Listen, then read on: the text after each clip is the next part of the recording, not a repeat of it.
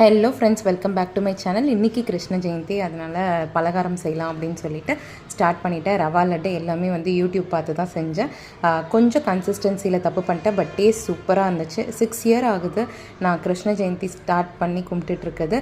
But எல்லாமே கடையில் வாங்கி அப்படியே செட் பண்ணிடுவேன். பட் இந்த தடவை நம்மளே செய்யலாம், ஒரு 2 டிஷ் மட்டும் நம்ம ஸ்வீட் செய்யலாம் அப்படின்னு சொல்லிட்டு ட்ரை பண்ணேன். நல்லாவும் இருந்தது.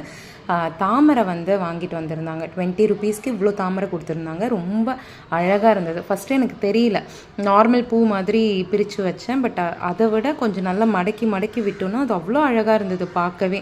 ஸோ அதையும் செட் பண்ணிவிட்டு சாமி ரூமே ரொம்ப அழகாகிடுச்சு தாமரை வச்ச உடனே. தாமரை வச்சுட்டு பூஜைக்கு தேவையான எல்லாமே எடுத்து வச்சுட்டு வீடியோ மாப் பண்ணி போட்டுட்டேன்.